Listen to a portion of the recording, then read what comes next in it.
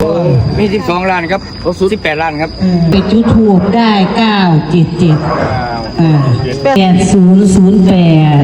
6 ล้านนะคะ8เอียงก่อนเอา6 ล้านก็สู้เอาว่าเอาหมดเนี่ยเอาไปขั้นบ่ได้90เอา80แค่นี้ล่ะ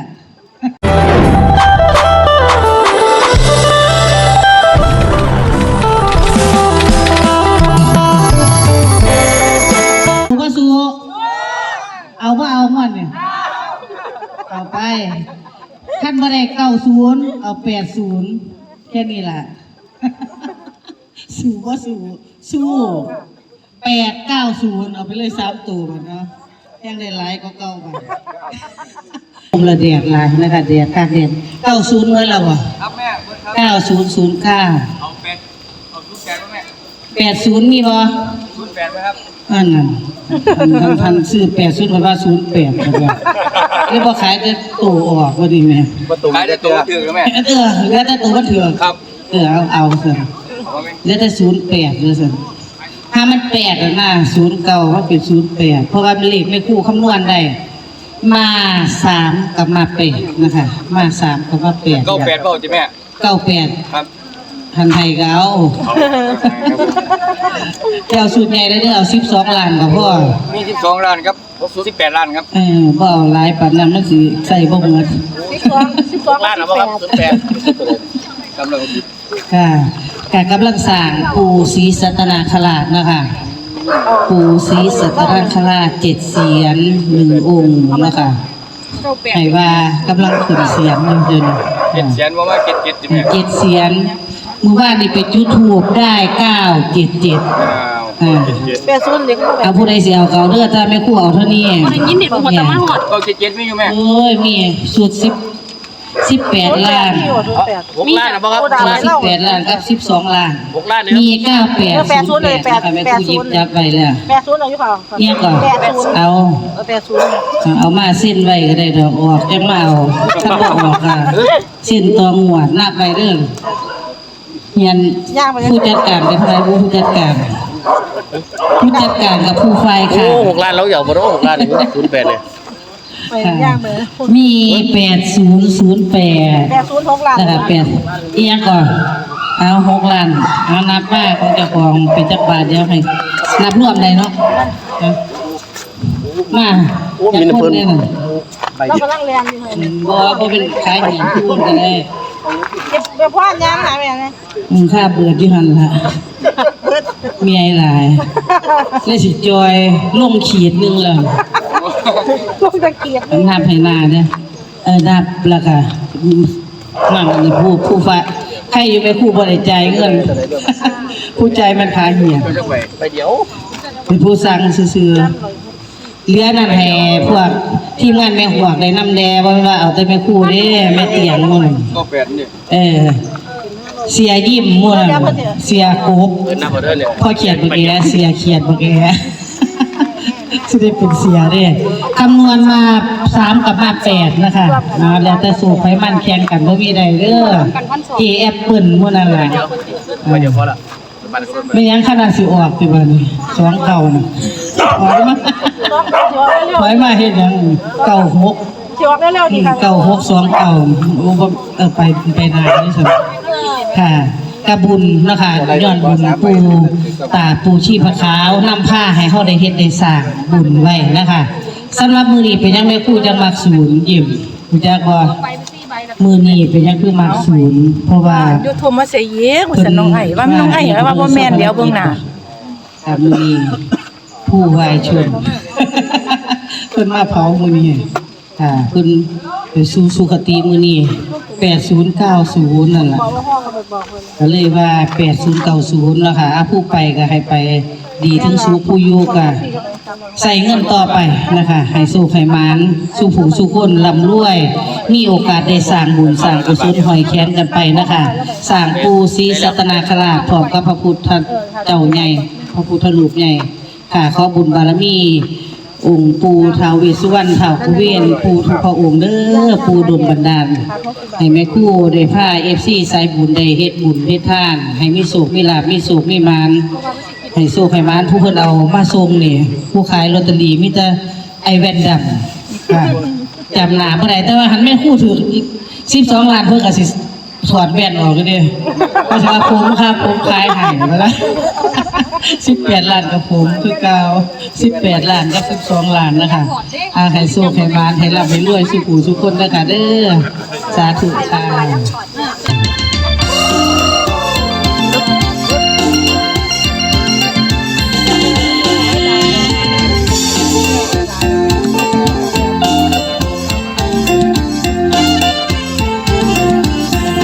มือนี้ลงมาอธิษฐานมือนี้ลงมาอธิษฐานขอบนขอบ้านให้สงสารลูกแม่ที่นาที่บ้านจะตามเตะเข้ามายึดแน่ลูกไม่เหลือเห็นใจลูกเห็นหน้าปูนาขอไว้วันท่าสิ่งศักดิ์สิทธิ์ทั้งหลายสิ่งศักดิ์สิทธิ์เดี๋ยวนี้คนอดตายลูกขออาศัยพึ่งบารมีมีนามีบ้านมีรถเข้ามายึดหมดเอาไปจำเป็นปีนี่ก็ถูกมลพิษก็มีเราแร้นาวีให้เขาดูบรรดา ขอวันทันเทวดาทุกเราขอวันทันเทวดาทุกเราล่วงมาขอพระเจ้าให้นำคุณรักษาไปลูกฟ้าคนกระโดดโคตตายลูกที่ล้ำถวายให้ถูกหวยเข้าดีอันเชิญเทพเทวารวมมิตรอันเชิญเทพเทวารวมมิตรให้สิ่งศักดิ์สิทธิ์อย่าให้ลูกอดตายที่เหลืออยู่มีแต่ลมหายใจที่เหลืออยู่มีแต่ลมหายใจที่อยู่อาศัยไม่มีสุขตัวหลอนขอวันทันเทวาทุกเราขอวันทันเทวาทุกเรามาขอเพื่อเจ้าพระวรไหว้เพื่อเงี้ยเหี่ยวแห้งใกล้จะตายแล้วนะเหี่ยวแห้งใกล้จะตายแล้วนะพ่อปู่เจ้าขาช่วยความอีกทีจะไม่กลับถ้าไม่ได้ตัวดีจะไม่กลับถ้าไม่ได้ตัวดีขอบุญบารมีขอให้ได้ห่างใจถ้าได้ลูกจะสร้างกุศลให้พ้นความจนขอสักใบอย่างดีต่อไปลูกจะสร้างความดีขอบารมีปู่ช่วยคุ้มครองจุดเทียนถวายขอลมหายใจให้ลูกหลานอีกทีถ้าไม่ช่วยลูกคงมวยอยู่ดีถ้าไม่ช่วยลูกคงมวยอยู่ดีเพราะบารมีลูกจะไม่อดตายขอวันให้บารมีเจ้าปู่ขอวันให้บารมีเจ้าปู่สิ่งศักดิ์สิทธิ์จงโปรดสิพาสั่งน้องกันสั่งวันนั้นให้เสริมทรงบารมีสั่งวันนั้นให้เสริมทรงบารมีลูกพระทำความดีต่อพระองค์ลงน้อมต่อพระองค์ลงน้อ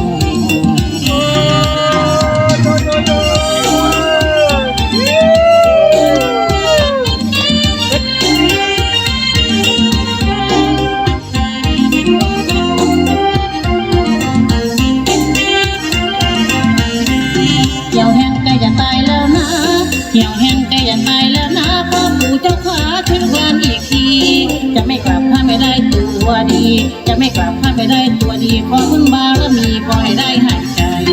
ถ้าได้ลูกจะสร้างกุศลให้พ้นความจนขอสักใบอย่างดีต่อไปลูกจะสร้างความดีขอบารมีปู่ช่วยคุ้มครองจุดธูปจุดเทียนถวายขอลมหายใจให้ลูกหลานอีกทีถ้าไม่ช่วยลูกขโมยอยู่ดี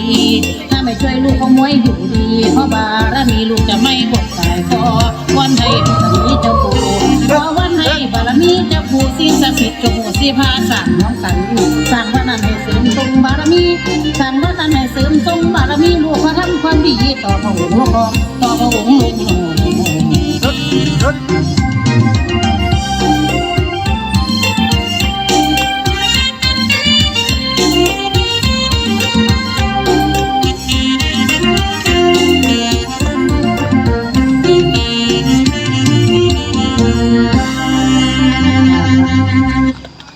ผ่านไปหอมหวนว่อนแฟนพร้อมกับยามาอ่านซีดี2ผลงานก่อนลำนะคะนางลำเฮาสิเป็นลม สู้ กลุ่มค้ามาจัดเขาเองเลย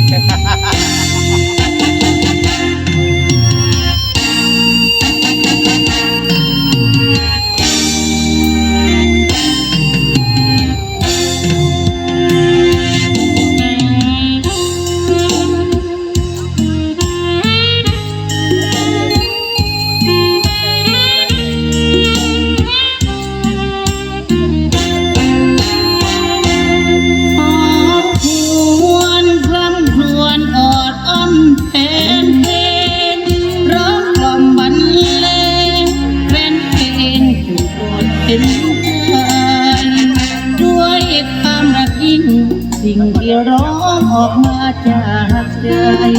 วันนี้ได้มารับใช้ฝากไว้ในใจ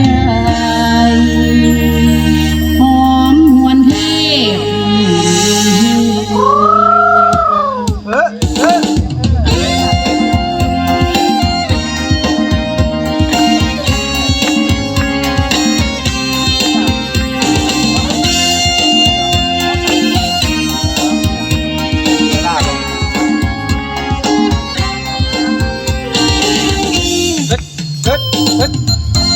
อย่างเงี้ยทำไมไม่ลงมาล่ะ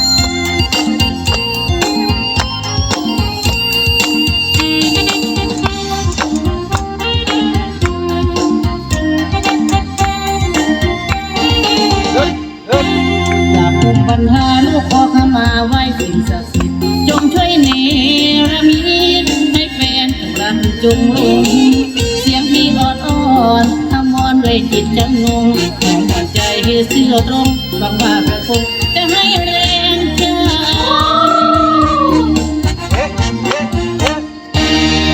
คุณมาให้กำลังใจด้านหน้าเวทีแต่กี่เดือนกี่ปีของคนคนนี้ยังเป็นคนเดิมแฟนไม่ดีจากยังรักยังเชียร์เหมือนเดิมขอกำลังใจเสริมเป็นเพลงจะได้นายนี้กลับมาอีกทีพร้อมคุณความดีที่ยังส่งเอฟพียังมั่นคงจะไม่ลืมหลงแฟนเพลงเมตตาของหัวกลมกลางพี่น้องที่ช่วยนำพากำลังใจนั่นนาตราบถึงที่ว่าไม่ลืมไม่ลืม